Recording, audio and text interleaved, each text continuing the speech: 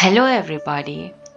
Welcome to our deep dive into the Bhagavad Gita, where the eternal wisdom of ancient India meets our modern day quest for understanding and self mastery.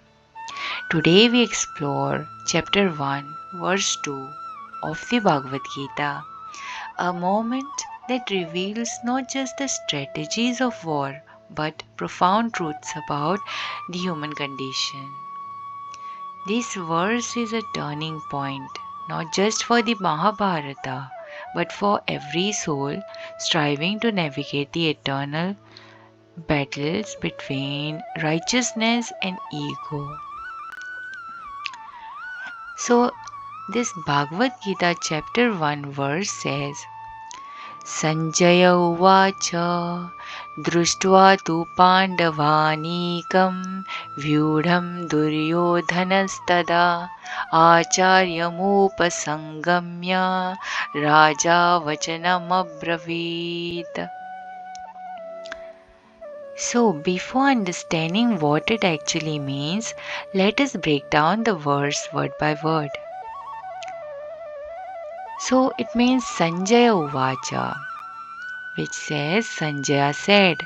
This sets the tone of the narration. Sanjaya is gifted with divine vision or Divya Drishti, which describes the events on the battlefield to the blind king Dhritarashtra. This we have seen in Bhagavad Gita chapter 1 verse 1. Second term, next is Drushtva, which means having seen or on observing. Here you can see the meaning word by word. So, having seen, this highlights the moment Duryodhana takes in the Pandava army, or when he sees the Pandava army, which triggers a profound reaction in him. Next comes tu. Tu means but, a simple word that introduces a contrast, showing how what Duryodhana sees is different from his expectations. Next comes Pandavanikam. Here, Pandavanikam means,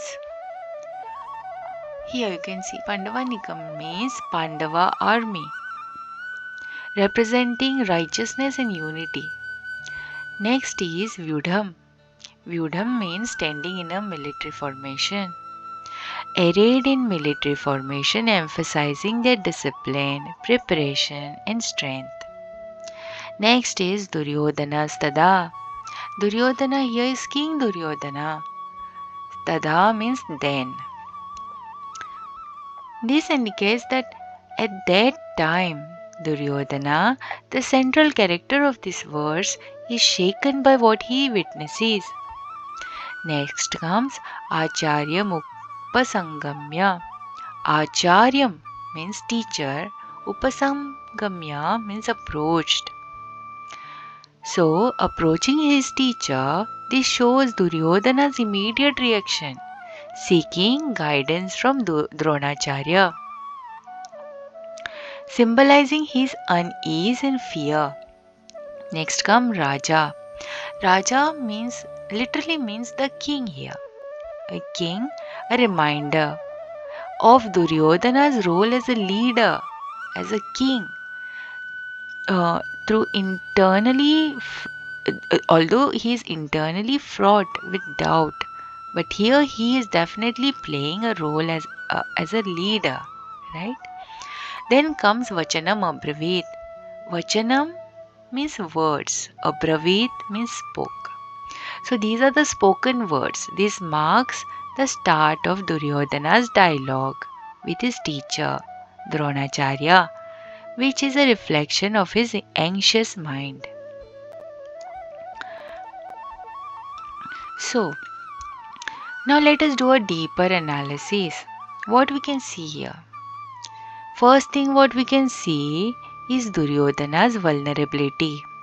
Now Duryodhana, often portrayed as arrogant and confident, is deeply unsettled here.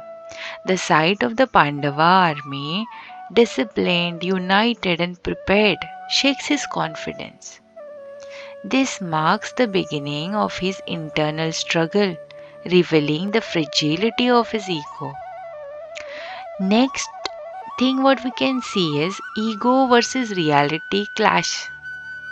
So for years Duryodhana viewed the Pandavas as weak and insignificant.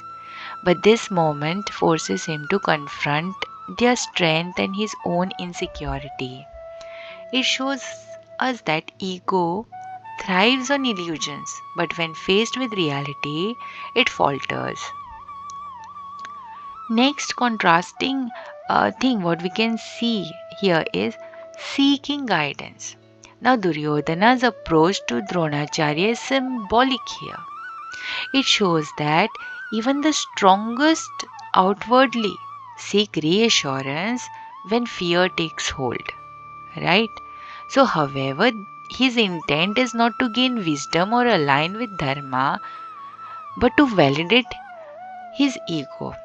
A lesson for us to reflect on the nature of our own fears and doubts, right? Now, lastly, what we can understand here is the inner battle happening. Now, Kurukshetra is not just a physical battlefield, it mirrors the internal battle within us all.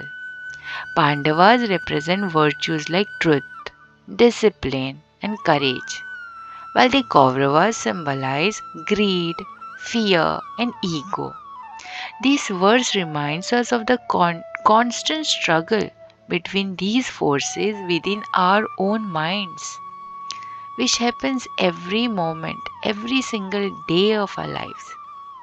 So, this verse is quite crucial. Now, let us understand the spiritual lessons this verse is giving us, eh, meaning which we can use it even today. Right. So, first thing what it teaches us the fragility of the ego. The verse teaches us that the ego, when confronted with truth and righteousness, becomes vulnerable.